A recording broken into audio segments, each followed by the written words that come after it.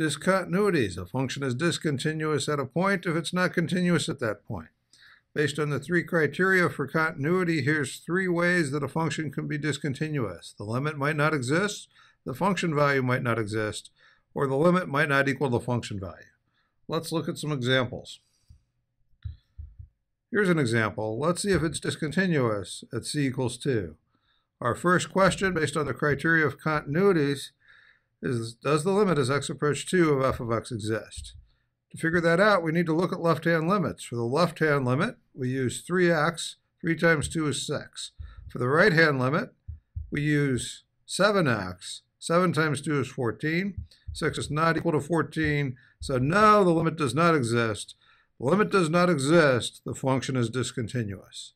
Let's look at another example. Let's look at this example. Our first question again is, we'll look at this at c equals 3. Our first question is, does the limit as x approaches 3 of f of x exist? In this case, remember we do a cancellation, x squared minus 9 over x minus 3. There's a cancellation that makes it into x plus 3. You can do that as an exercise. 3 plus 3 is 6. So yep, the limit exists. We're okay on the first criteria.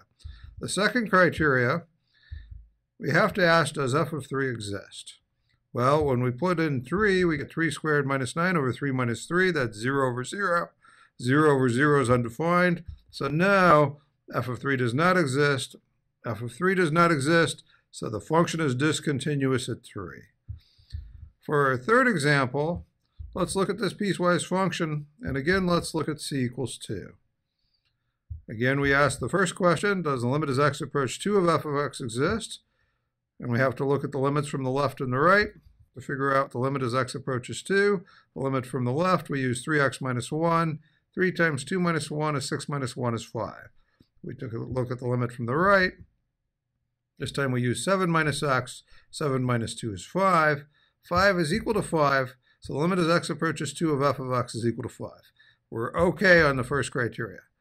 For the second criteria, we have to ask, does f of 2 exist? Sure, when we plug in 2, we get a value back of 3, so f of 2 is equal to 3. The third criteria asks, are these two equal? Does 3 equal 5? So that one's okay. Our third criteria, does 5 equal 3? Nope. So the function is discontinuous. The limit does not equal the function value. So here are three ways a function can be discontinuous. We might call this one a removable discontinuity. Somebody just messed up when they put a 3 there. They should have put a 5 there to make this continuous. We might also call this one a removable discontinuity.